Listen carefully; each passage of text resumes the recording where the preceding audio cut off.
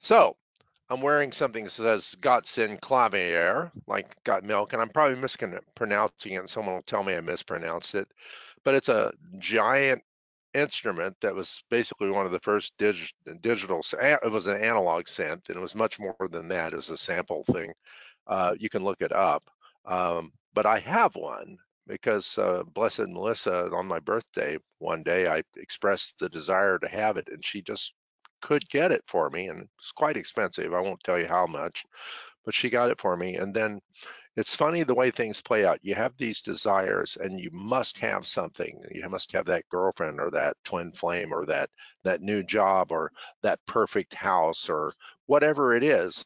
And then you get it, and you go, well, what was the big deal? Because then what happened is it got shipped from New York, and I was busy inside with a client, and they just unceremoniously dropped a 400-pound box. It's very expensive and very big.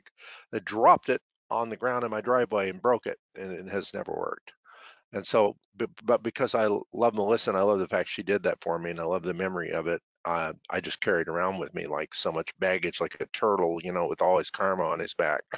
Um, and so it's funny when we want something, we get it, and then it doesn't work out like we thought it would, but yet we still hold on to it.